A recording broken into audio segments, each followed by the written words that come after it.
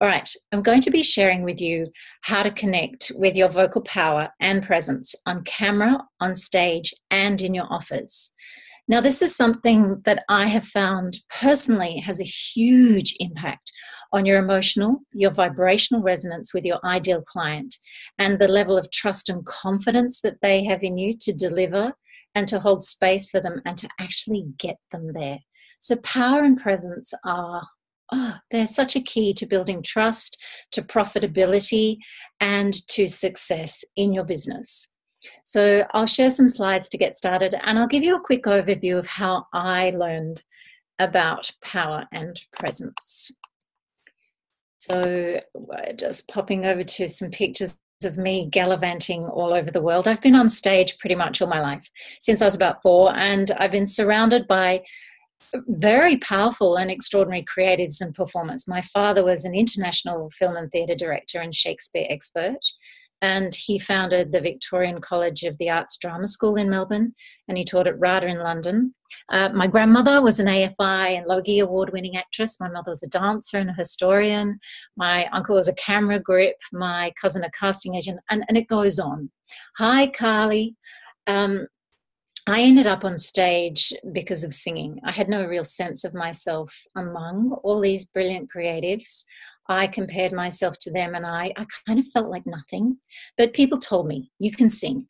And so I became an opera singer, and I spent time in musicals, and then I joined a corporate classical crossover act called Potpourri, and we sang all over the world. We sang for most of the prime ministers, CEOs in Australia and 30 different countries. And I learned about audiences, from children to doctors to lawyers to concrete cutters, high flyers, VIPs, a huge range of audiences. And this stretched me incredibly because I'm an introvert, I am shy, and I'm an empath, so I feel everything. And I hardly spoke when I was a teenager because I was so sort of emotionally shy and repressed. So I had a huge journey through this to overcome my fears, which were quite numerous. And I had to learn what worked in front of a vast range of people and audiences. And I'm going to share with you today what works. The reason I felt so different from my family and those around me was that before I went on this sort of high-flying career journey, when I was little, I used to sing to the flowers and the fairies and invent songs all the time in the garden. And I was a total nature lover and a natural advocate for animals and creatures. I wanted to be an elemental, but that wasn't important. And so, I tried to be like the people around me who seemed important and seemed powerful. And I became this high-level professional. But through my professional career, that soft place of nature and elemental magic and I guess spirituality was my secret anchor. I would ask Archangel Raphael to sing through me and help me feel safe. And now these two aspects have come together in my work as an entrepreneur. I'm also a bit of a ancient wisdom geek. I love the myths and legends. And you'll see from the pictures here that I had to communicate with a big range of audiences and have to figure out what they really want. And connecting with power and presence, it's a vital part of being a successful communicator. Power and presence get you employed. They get you work, they get you clients, conversion, and income. And power and presence also build, I've found, a very loyal following. It's interesting that people follow you. If you make people feel something, they want that feeling. They'll come back. So where do power and presence come from? And really, you are the generator for that power and presence. And you're also the container for these qualities. The video, the speech, or the Facebook Live are the lens through which you channel your light and your energy. And you have to fill yourself with what you need to radiate from yourself. So you're the frequency, the music, the instrument. And if you do the work inside, you will radiate power and presence. You'll feel confident and magical and be authentic with your expression. And you'll start to engage with an audience who are actually happy to buy from you because they feel that light. They can feel you. So when we know who we are and when we've had enough experience of being able to hold space under pressure, and be solid in our own frequency and skills. We don't get frightened. So if we're frightened when we get in front of a camera or in front of an audience, and I've really been very frightened, it usually means that we doubt ourselves and our ability to be that vessel that is full and flowing and resonance. And you can get nervously excited. The normal adrenaline jitters, because when it comes to visibility, the nervous system is always engaged, and that's a given. But there's a difference between fear that contracts you and the heightened energy that is actually great for power and presence. So you want to be connected to your energy, but in the right way. So power and presence require both inner and outer confidence. And inner confidence comes from having that relationship with yourself. Your relationship with yourself is what allows you to feel confident. And then external confidence is the expression of that inner self. And this means that to the people that you're engaging with, you appear confident. You need both. You need that inside job and the external physical delivery of your inner confidence. So when you're on camera, it will be, I guess, power and presence in a box. And when you're in stage or presenting, its presence and power in space under lights. And they do feel different, but it's still the same idea. You're that generator. So power and presence both originate from actually very deep within you. It's part of your connection to the divine energies, to your soul, to your essence, to your personality. They're connected into your mission and your purpose and your sense of destiny, that inner GPS that you have. They're connected to your physical movements, how your body allows this deeper self to emerge. And this presence and the dynamic that is deep within you is also determined by your energetic connection, your energy field and your frequency. Today, I'm going to give you a couple of keys from the physical, the vocal, the nervous system, the energetic, emotional, and feminine power spaces. And these keys combine to unlock your power and the presence every single time. If you really work these things together, then power and presence flow from you.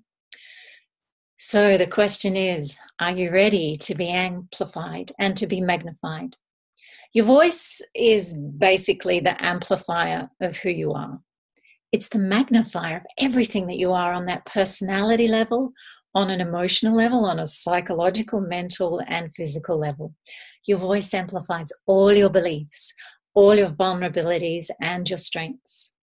And presence and power require that you have this, I guess it's like a resource, a reservoir inside you to tap into that can be free flowing through the voice. So this energetic resource of who you are has to become so familiar that when it moves through your throat center, these inner resources are basically at your beck and call whenever you want them. For example, if you need to laugh, you can laugh. And it just comes and it's free and it doesn't feel too daggy, except that one felt a bit daggy, to be honest. So, yeah, you got to practice that a bit more. I've been dealing with a child with a damaged knee this morning, so I haven't been laughing much this morning. And if you need to get serious, to drop in and say something with meaning, then your voice can respond to that. So we need to be familiar with our inner resources and feel what it is like to use them. And you need to get past all the shutdown events that have happened in your life and past your own defense mechanisms that keep you in hiding and keep you sort of minimal and not powerful and, not shining your light. So to speak with power and presence, you basically have to get yourself ready for visibility and ready for the magnification of your essential nature, which means all the deep down secret stuff as well, which often makes us go, but I've kept that stuff safe inside me, and how do I bring it out into the light without it terrifying me? So we're going to have a look at the nervous system blocks that stop us from getting visible with power and presence, and some of the ways which we can clear these blocks that the nervous system has really integrated very solidly. Because your voice amplifies all your beliefs, all your vulnerabilities, all your strengths, this can understandably be quite freaky and trigger the nervous system defenses. Now, as an entrepreneur, being an entrepreneur is like being a performer. It really is. It's so similar. Your relationship with your nervous system is ongoing. Managing your nervous system is crucial to your ability to allow your voice to happily and easily amplify you. So, the voice is actually part of your nervous system survival mechanism. If you get a fright, you squeak or yell and you run. If you think someone is in danger, you yell out to them, hey, get moving out of the way. It's just that instinctive vocal gesture and you move. If you're in hiding from a predator, you silence your voice, you minimize your breath, and you keep very, very still. So the actions between your voice and your body happen together and instantaneously when your nervous system defenses are triggered. So consider these two elements. Your voice amplifies who you are, and your voice is connected in to your nervous system as part of your survival instincts to keep you safe. So your nervous system will block or disrupt your voice if it senses danger. And the thing with danger is it can be completely imaginary, and those reactions will still happen. I'm sure you can relate to the symptoms. We get all shaky, our voice gets shaky, our breath goes, we get tight in the throat, we get dry in the mouth. So these symptoms restrict that easy, confident flow of power and presence through the voice. And we have to be, I guess, learn to not be scared of our own nervous system reactions. So the reactions are the things that freak us out, all right? The nervous system regulation is an ongoing process when you use your voice, and that's anyhow, anywhere, anytime, really. So what kind of power and presence do you actually want?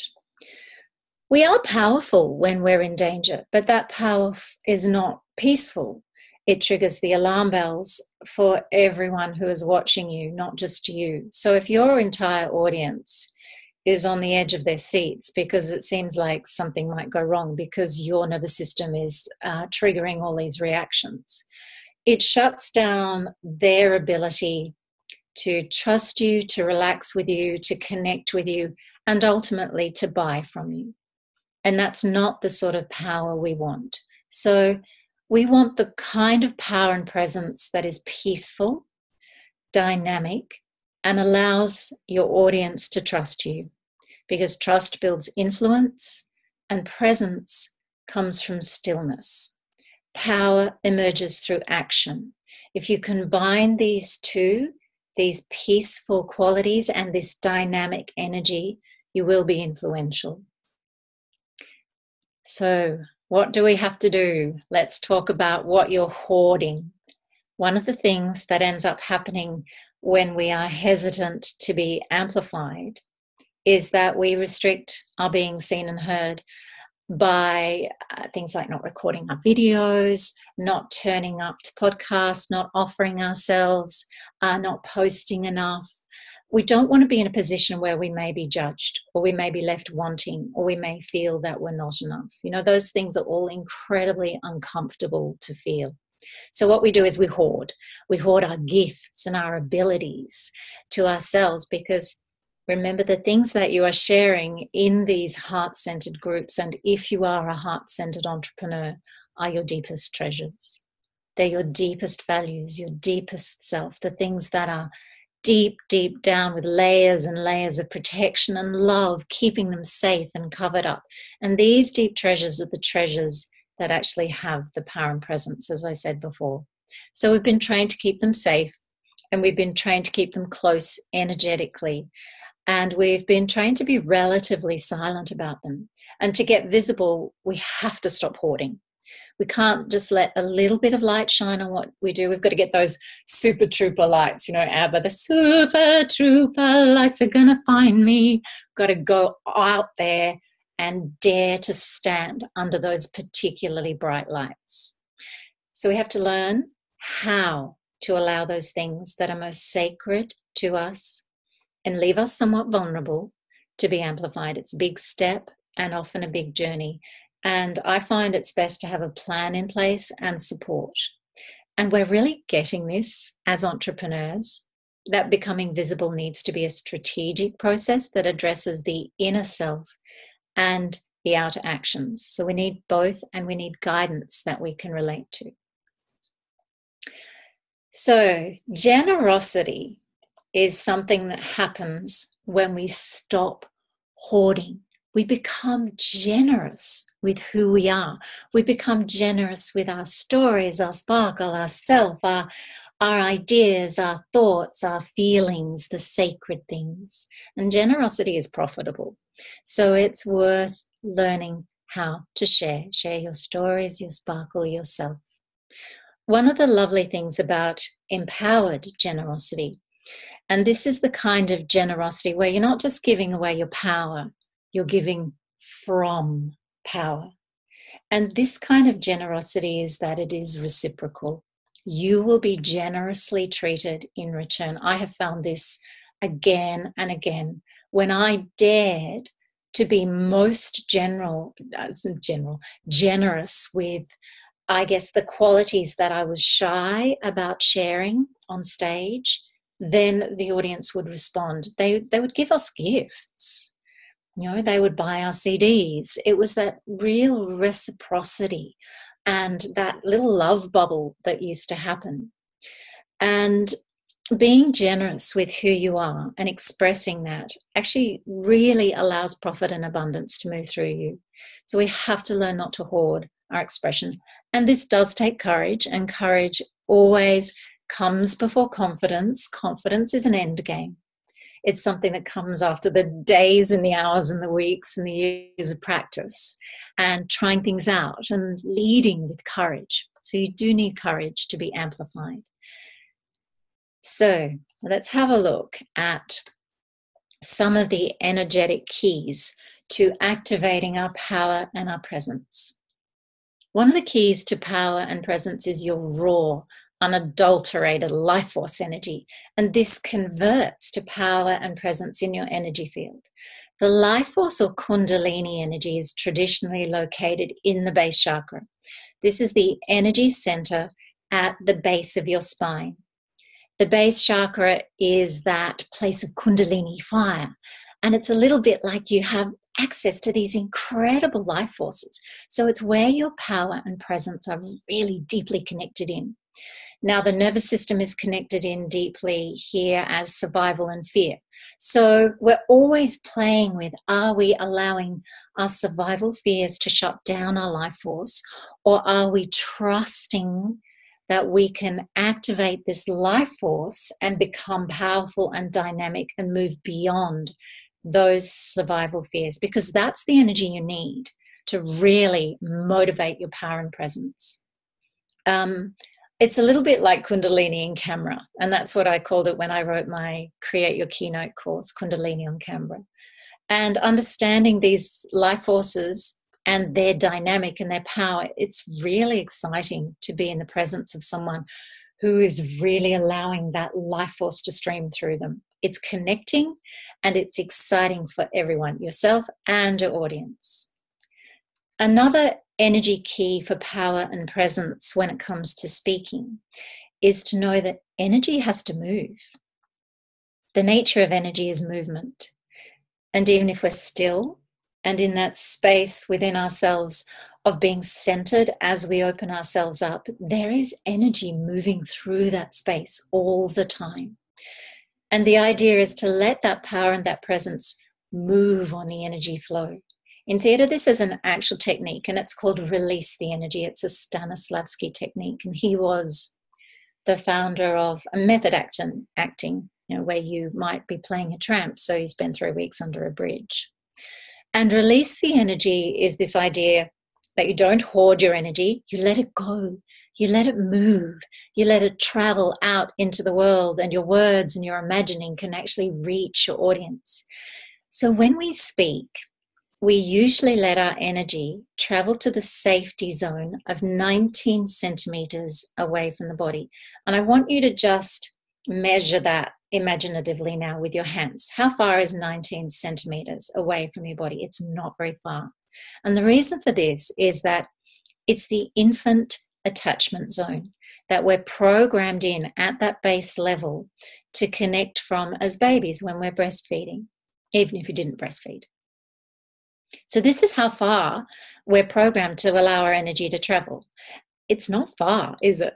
It's almost like there's this invisible wall and we stop there. And for people, an audience, to feel your power and presence, you've got to let the energy move beyond this invisible baby safe wall. So you have to start using an imaginative process to remind yourself to let go. Imagine that you are letting your energy flow away from you as a gift.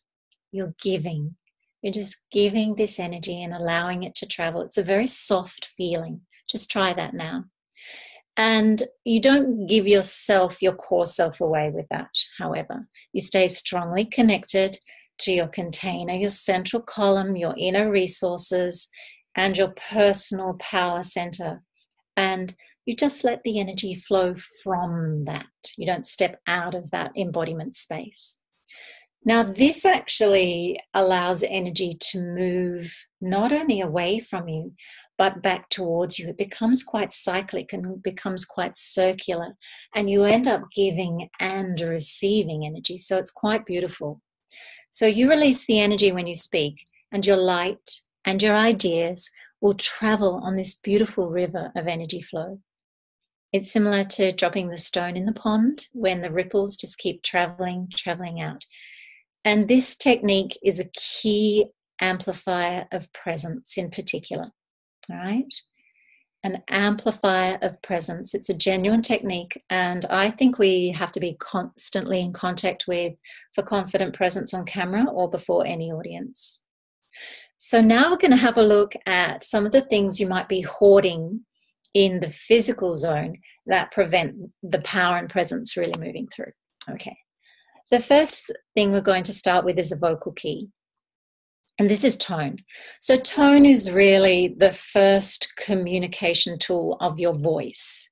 So if you imagine for a moment that an actor comes on stage and we know who they are by their body language, we know who they are by their emotional attitude, we know who they are then by the tone in their voice when they start to speak. And then we know who they are by what they say.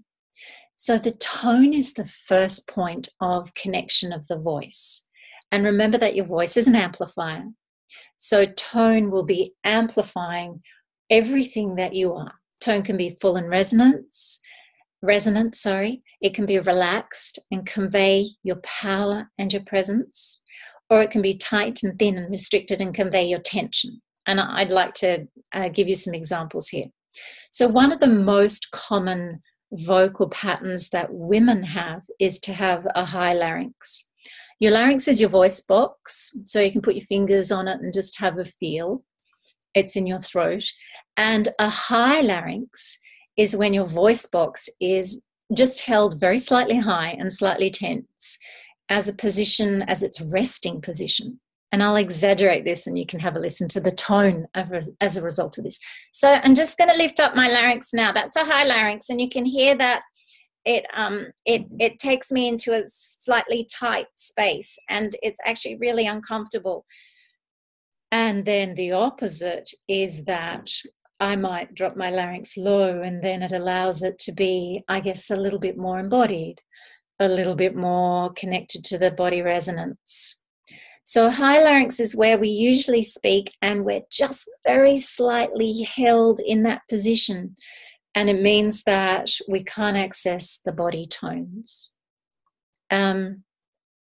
It's quite obvious, isn't it? I mean, it's much easier to demonstrate when you can see me.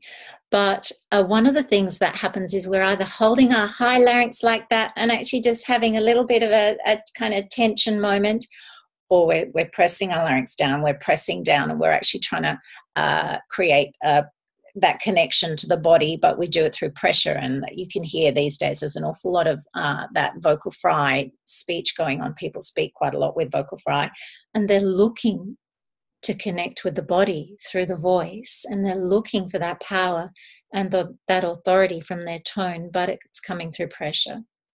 So a lot of the times in the voice, we're doing one of those two things. We're either looking to open up our power and presence through tone, or we're looking to hide our power and presence through tone. A common way of hiding our power and presence is to put a lot of air in the sound. So we might actually speak with a fair amount of air, and we're putting air in the vocal cords, and what this does is it makes our voice more invisible.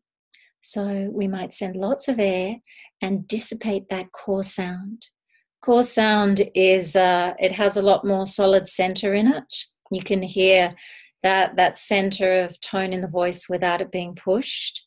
And then if I push the sound, then, it can go right up into the frontal resonators to get the volume, but it still has that slight tension in the solar plexus, and it's slightly driven, and all these things, I guess, they're all the things we do with our voice that are looking or hiding from power. And your tone is the thing that conveys power. And the most powerful tone is one really that's relaxed and relatively low and relatively peaceful. Some of us pull our larynx backwards in the throat. That's another way of hiding out. So I'd be really interested to know, are any of these things, I guess, familiar to you? It's a little bit difficult being an Australian, because the Australian vocal pattern, the nature of the speech pattern of Australians is to actually be quite tight in the jaw and quite sort of narrow, and to minimize our tone. So it's not like we're Italian where we open up and we speak like that and we say, bella, lovely, and it's all open and the beautiful, round, open, rich tone and that freedom. So tone is an indicator of your power and presence. So one of the ways that we create, I guess, a more resonant tone is to create some space around it. Physical space in the throat allows the tone to sort of relax, the throat to relax, and for tone to start coming through. Now I'm going to go through a couple of the other, what I call vocal gestures of power and presence.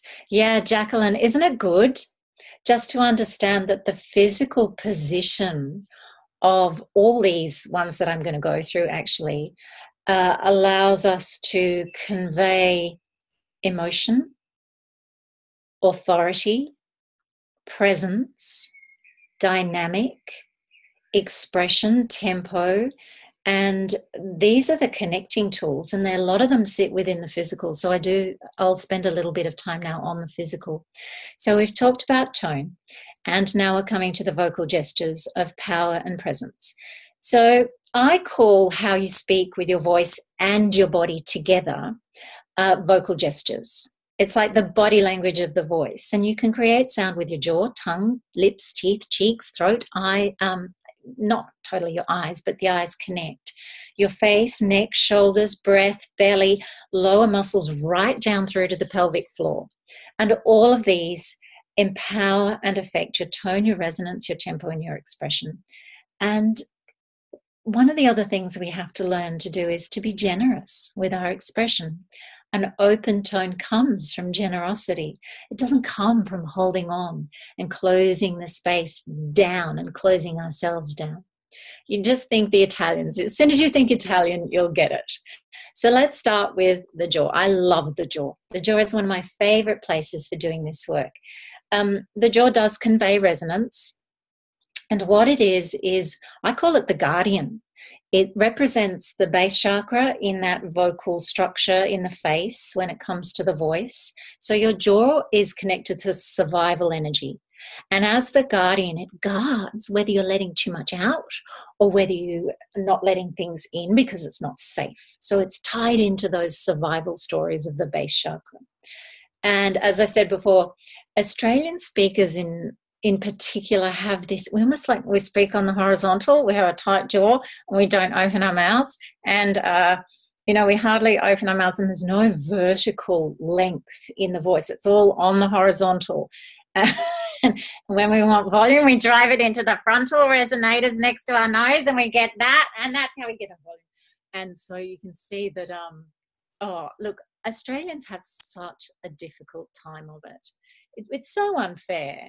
We're not taught to build authority into our tone at all. Okay, so it means that this horizontal, tense, small, narrow, tight jaw represents safety, and it holds our tone back. There's no real access to the power of the body when you do this.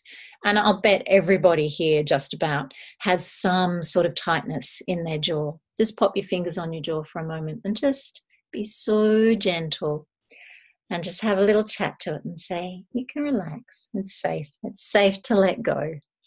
It's incredibly common, and it does restrict the power in your voice. It's a recognizable restriction. So the jaw is the place that we start releasing, okay? And I'll give you a very simple trick to change what you do with your jaw. Tip your chin down, okay? That's the chin. Lifting the chin is a primal, defensive, aggressive gesture. It's like the body language of the jaw that indicates that you're in the zone of fight, flight, freeze, or fawn. Another quite common nervous system gesture is to be flattering and be pleasing and, oh, like me. So just if you lift your chin up, can you hear what it's doing to my voice? I'm lifting my chin right up and it's stretching out my larynx and it's making it all tight and it's contracting the back of my neck where a lot of resonance comes from, and it's tightening up my voice, and it's very tiring. So most of us have some sort of little chin lift when we get on camera or when we get on stage. And that chin lift is combined with a little bit of a contraction in the jaw hinge. And this totally messes with our tone and our resonance and our authority. It restricts our breath as well. So the jaw is this incredibly powerful place of release and openness and permission for your power to flow, or it is the opposite and it restricts you, okay? So all you have to do is drop your chin, relax the jaw hinge, and you've immediately put yourself into a more peaceful space. I hope everyone can feel that. The next piece that we're going to move to is the larynx. So this is all part of this vocal gesture. The larynx is usually when you're tight in the jaw, the larynx will lift. So I spoke about a high set larynx before. Just pop your fingers on there again. And you can wobble it around. You can wobble your voice rock around. It's a bit gristly and it'll go crunch, crunch. You know, it's pretty tough. Be gentle though. And now do a little hum and you'll feel, you'll feel the vibration. So this vibration starts in the voice box and it travels and opens up into the spaces in your head, the spaces in your throat, into the bone cavities, and it starts to resonate. Now, if your larynx is high, then what happens is there's not as much space in the throat. And so there's not as much room for that natural vibration to travel from the point of initiation. And also it means there's no connection to the body, the chest resonances, okay? So high larynx means I'm up there. And you can feel that you have to drive it into the nose if you've got a high larynx. Low larynx means that I'm getting a little bit more room and a little bit more resonance from those lower chest resonances. You can see that it's very easy to play small with our tone if we're tight in the throat. And it's not our fault. We've been trained to play small. Or if we're not playing small, then we're probably driving to be heard. We're not taught to inhabit our own space, to feel into our own body temple, and to love that body space before we then move the voice out from there.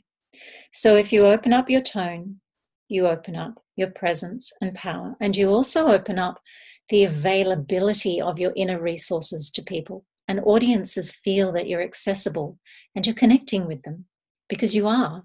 And then they're more likely to trust you and hand over their precious dollars. So the next place of this this little kind of setup of power and presence is the tongue. Now, the throat and the jaw are connected more to your power, but the tongue is connected to your presence. And this is because I guess it's one of the most important physical keys to presence in the voice. And this is because the tongue is related to the sacral chakra in the voice. So our tongues are the place where we share our vowels. The vowels are the ah, eh, you, oh, ooh, ah, that's all the feeling sounds. Okay, consonants create structure. Yes, no, they create the container. The vowels are the feeling space. And as an actor, you get taught to bring the voice up through from the sacral chakra. They don't call it the sacral chakra, they call it the emotional center. But it's that emotional, creative, feeling center where you actually can bring the feeling into your voice, or the feeling into the voice, or that dynamic, and make it. And the tongue is the thing that moves this all through. Now, most of us are tight in the back of the tongue. So I want you all to relax the back of your tongue right now. Now relax the jaw hinge, soften the jaw hinge, soften the throat, those big muscles on either side of your throat, relax them. It'll feel very still. So release the throat, release the back of the tongue, release the jaw hinge, and just breathe in on either side of your nose. I want you to feel where the breath goes when you do this. When you're peaceful in the jaw and the tongue and the throat, your breath travels right down to the belly. Can you feel that? And that means all those deeper resources can come up through and not be guarded, prevented, restricted, held back. So your deeper self, isn't it expansive? It's beautiful, isn't it? So, oh my gosh, suddenly easy to breathe. So part of your job as a speaker is to help people feel their passion, their mission, and to feel their truth once more, so they can go out and, convey that truth. This is part of your job as an entrepreneur. And many people on this call will be healer speakers, intuitive speakers, mission or message-based speakers. And you have to connect your audience emotionally to your product or your teaching. When your tongue is engaged as this free-flowing, relaxed deliverer of your expression, your passion, your sensuality, your joy, your story, your feeling, it allows the audience to feel you. Isn't it relaxing? And then they trust you. And then again, that is that inner permission to connect with you, follow you, buy from you. So unlock your tongue and you unlock your emotional connection. It's a big physical picture, isn't it? We're going to talk now about that last element. And this is absolutely a power element. If you walk into a room full of people, the ones who appear most confident are usually those with a great posture and a relaxed and deep breathing pattern. So our last physical power and presence element for your voice is the breath. Your belly enables your full breath to come in. And when you get nervous, the belly gets tight, the breathing constricts. So how do we prepare ourselves to not get nervous and not lose that beautiful, expansive breath? We work with the solar plexus. The solar plexus is personal power. If you put your hands on your belly and notice your tummy muscles, just let it go. Like totally let it go. Who's holding their tummy in? Let your belly hang out. Stay in that beautiful upright posture, but let your tummy hang out. So what I want you to know is start pumping the belly muscles in and out. Try it on an F. You can feel how much energy there is in this center. And what I want you to know is that your throat is not the place of volume and power. Your throat has all these muscles in it. They're tiny. The throat is the artist.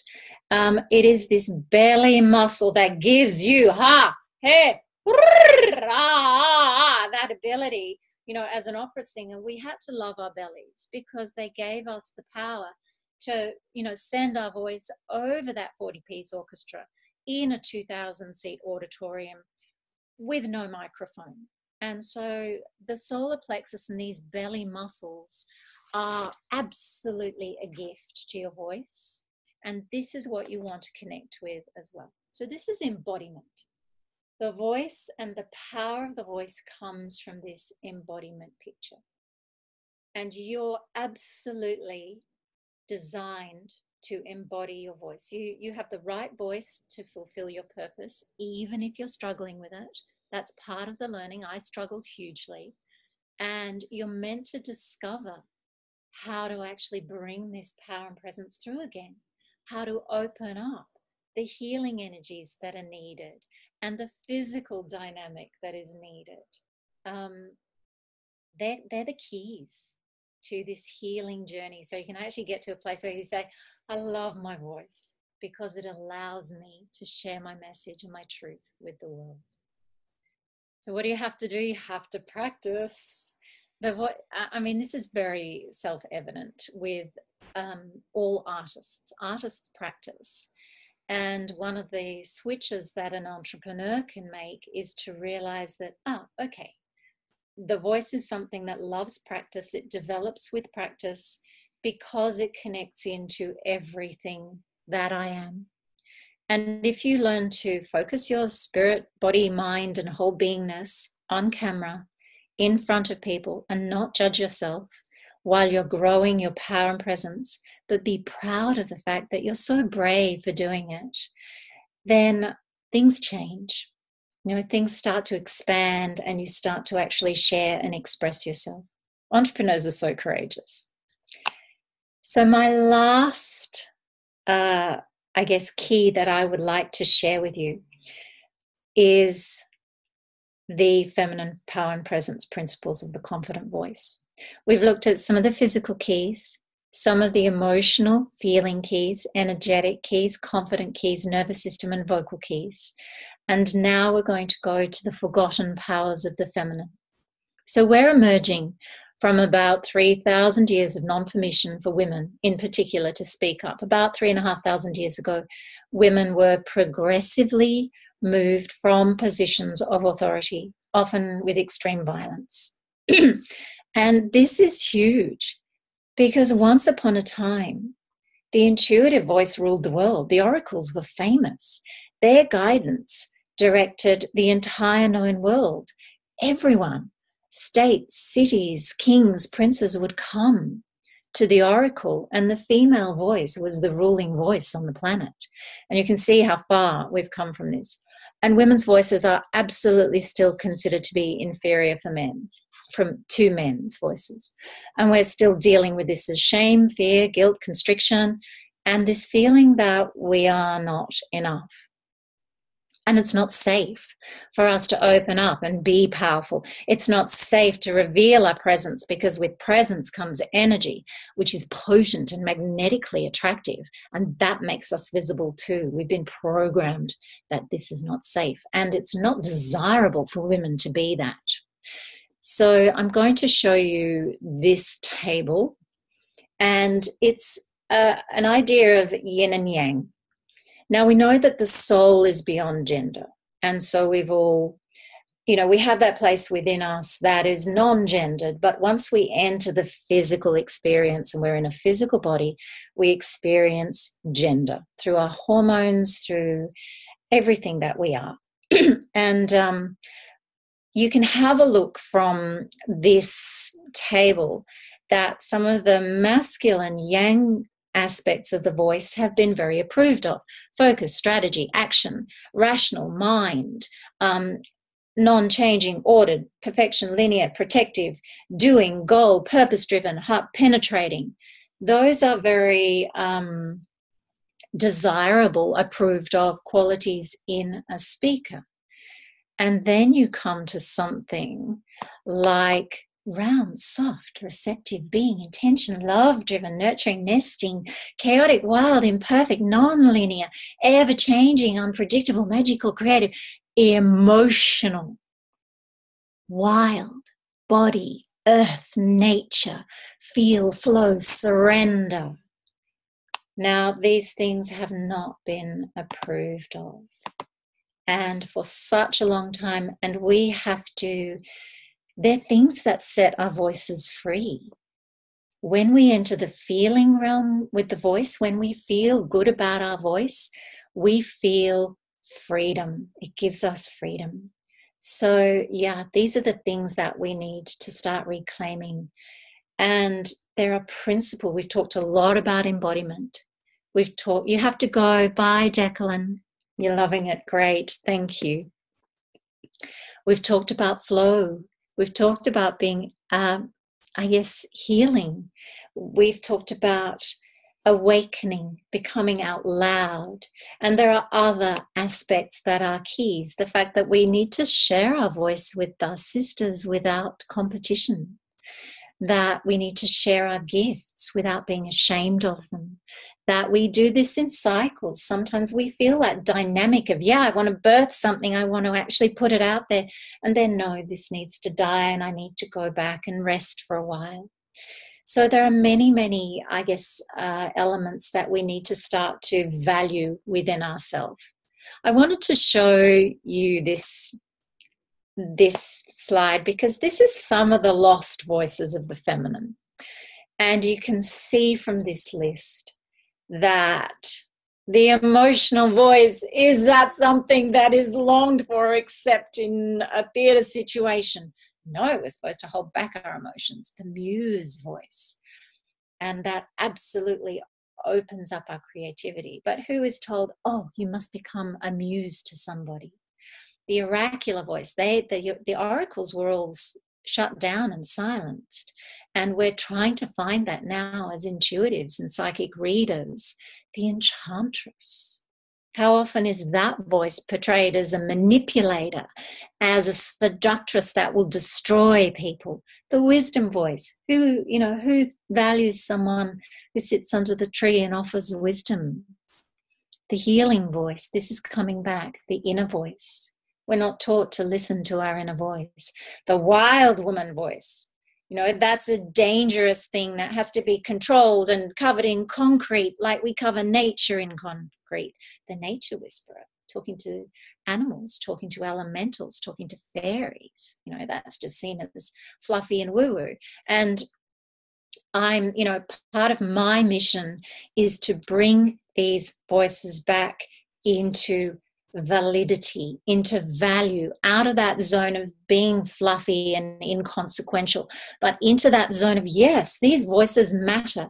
They are part of who we are. They are not all of who we are, of course. We are yin and yang. We are both. We are balanced. And the best speakers, of course, are those who use both yin and yang. But these voices need to start to live in us again. And so I hope that this has been helpful to you, because this is what the voice needs to do. It's like the postal center. You have to distribute everything that you are through the voice. The voice is where you take all the things that you are and allow yourself to share them with the world. And you can see from the other slides and the conversation that these have been shut down. So our voice isn't free to share all those aspects. And I would really, really love to, bring your awareness to your creative cauldron of your voice. And do you trust your voice to share what is completely you? What is your mission? What is your nature? What are your natural expressive qualities? Discover who you are, trust and love who you are and what you have, and mix it all into that creative cauldron inside you, and then bring it to the voice without apology, without shame, without guilt, without terror. Okay, so becoming conscious of this container that you are. You've loved everything you shared. That's a pleasure. So I do have, I have to join, like someone's going to win. So we've come to the end of the webinar and someone's going to win a spot. So I'm going to get the random generator here, and there's 106 people who have signed up for this webinar, and we're just going to mix this in the cauldron and have a look. And we have number 53. Oh, right, bang in the middle. That's fantastic.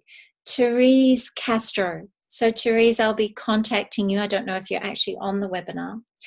And you have won a free session with me. Donna, thank you. And I'd love to share with you if some of you are interested in working with me further. So congratulations, Therese. And I'd love to share with you the Priestess Voice Training. So this is one of the voices that I am going to bring back to the world through this program.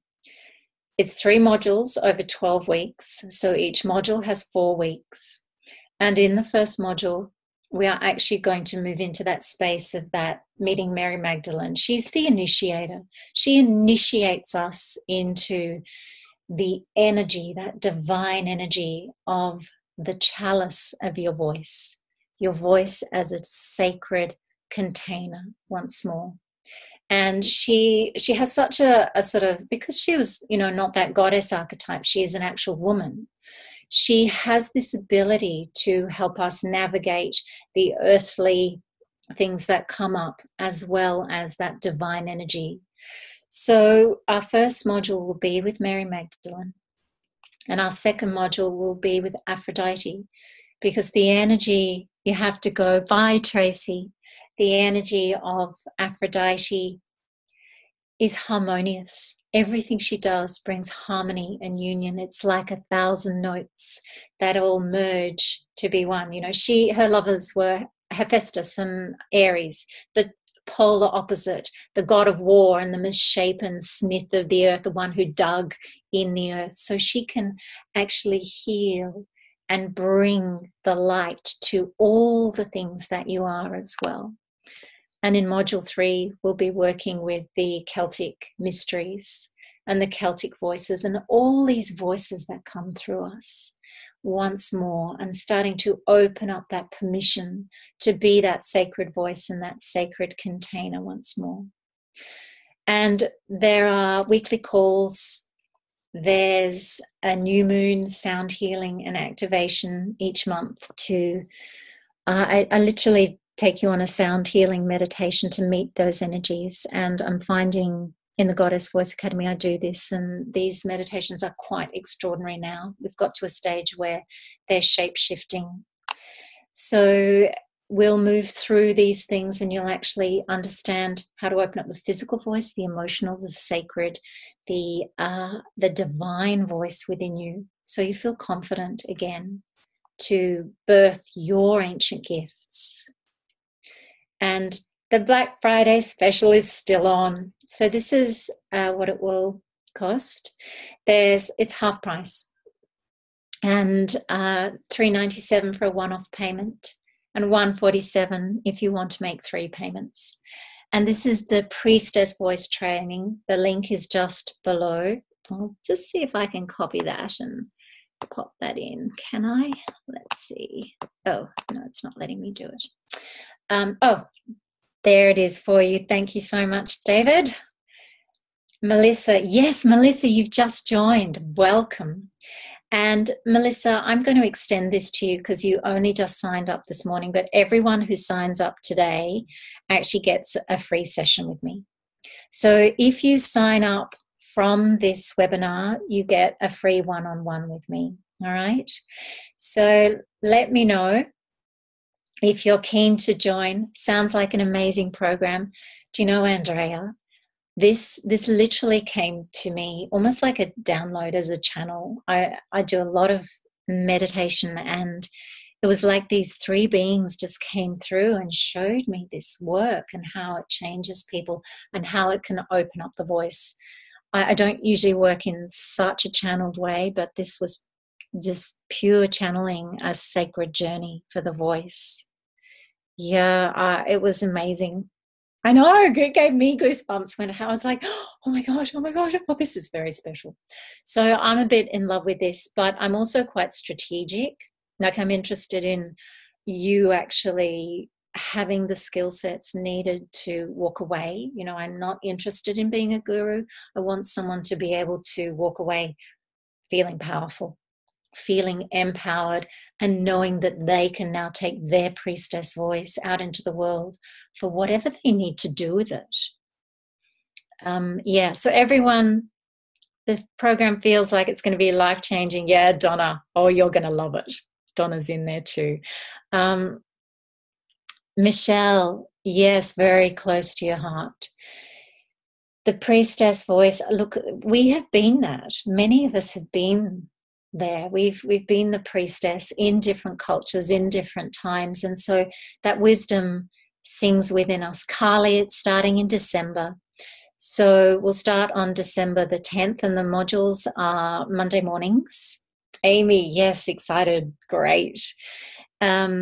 So it starts on December the 10th. There'll be 2 calls and the sound healing before Christmas. Then we'll have a break for Christmas and New Year, and then we'll go on after Christmas and New Year.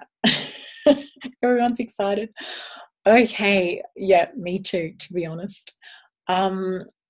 So it does start quite soon, and we'll get you started. We'll get that momentum, that opening, that expansion, you know, meeting the Magdalene energy and sitting with her. And she's so luscious. She's so luscious. So I can't wait to share that. And then we'll be able to, I guess, process that over Christmas and New Year. And it's a very potent time, actually, Christmas and New Year, to bring in those divine energies. It's almost like those angelic energies are very close to the earth. And that mothering energy, that light that comes through the mother voice, is very close to the earth. So we'll pick that up after Christmas and keep working and deepening it. Yeah, so as I said, everyone who joins up on the webinar, including Melissa, because you just signed up before, gets a free session with me. And Therese Castro has won. And so welcome. Are there any questions now that I have shared that with you? Because I'm very happy to answer any questions about your voice in general, about the course, and yeah, just about this lineage that many of us are carrying of that ancient wisdom. And why is it so important that we open it at this time and remember, recalibrate those frequencies that we know in our DNA? And my feeling is that these are the energies that are needed. So what types of practices? Okay. So I'm going to share with you what I call the tasks of the priestess voice. And the tasks of the priestess voice include prayer, invocation, and they're quite similar to, I guess, some of the shamanic practices. So how to hold sacred space. It's very good for people who want to hold circles. So how to hold sacred space with your voice, practices to actually create sacred space through the voice, invocation, prayer, chant, toning, healing, oracular guidance, and enchanting. I thought about spelling, because the Egyptian priestesses, of course, all had thousands of spells for everything. But I'll do it in a particular context of not so much, because my strength isn't spells and magic, but I'll talk about it in the particular context of using affirmations as manifesting tools. So we'll definitely talk about manifesting. We'll talk about advocacy, how to be an advocate, because I think one of the modern tasks of the priestess voice is to be that community connector. So someone who actually holds a sacred space, has connection with the sacred space within themselves and has those divine connections.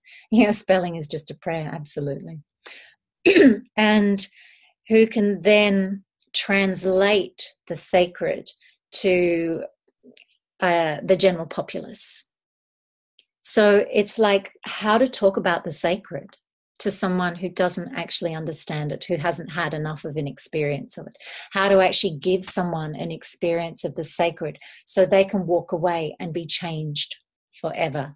How to guide with the voice, how to be more confident about speaking up for the causes and the principles and the sacred divine mission that you have. So there'll be these sorts of practices.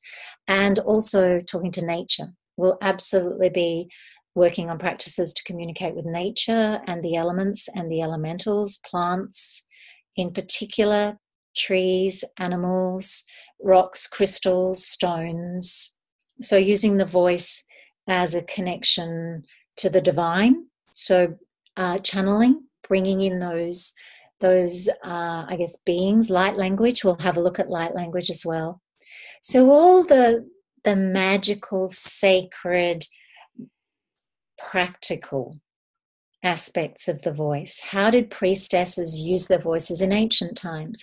And how are we now having to shapeshift as a modern priestess our voice? You know, we still use our voice in that ancient sacred way, but it does look and feel different because we have changed. Our consciousness has changed.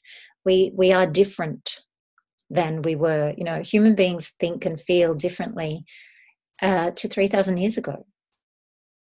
And there's looking at all the different lineages of the priestess as well.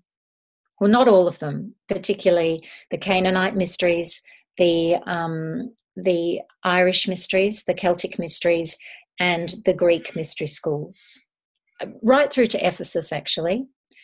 So that Mediterranean arc. I thought about going to Egypt, but I was talking to Aphrodite. So when Aphrodite came through, I was expecting Isis to come through, and it was more like that. Aphrodite is an easier energy for us to bring harmony to, I guess, our pain and our grief and the fear and the shutdown, all those more difficult aspects of, you know, the wounding that has been done in the past to the priestess. So Aphrodite was an energy that could hold that more easily for us and allow us to integrate those more easily. It's a less painful energy. So, yeah, we won't necessarily do much around. Will this be different? Yeah, it's completely different to the Intuitive Healing Voice course, because the Healing Voice course is specifically for sound healers. And this is about female magic and female power and female presence. So it's absolutely about the feminine and how the feminine voice can be of service. So the really, honestly, the big focus is the spiritual journey of becoming connected to your sacred service. You know, it could just as easily be the sacred journey of the sacred service journey of the voice. So if you don't relate to the word service, yeah, I guess the idea of service is that we have to make a commitment to something. We have to make a commitment to ourselves. We have to make a commitment to leaving a legacy to the world. We have to make a commitment to doing that in the most beautiful, nourishing, female charged way possible. We're good at the masculine. Most of us are great at doing the masculine. We've been, you know, daughters are being raised as sons. We don't have a problem with that. But we do not understand that deep chalice within ourselves, within our pelvic cradle, of that sacred center of divine, potent, magnetic energy that can flow up through the voice as, you know, sacred service. So, I hope that helps, Frances. Does that make more sense? Yeah, so it's such a different focus. Yeah. All right. Well, I think that, great, it does make sense. I think that is probably enough for me to share with you. And thank you all for being on the webinar. And yeah, go into your creative cauldron and see what needs healing. See what needs to be released and set free, jailbreak, what needs to be jailbreaked in your voice, and what needs to be reclaimed and remembered. And so I honor your journey with this. I honor you for turning up to the webinar. I honor you for listening. And yeah, blessings and love on the journey. I'll say goodbye and take care. Bye.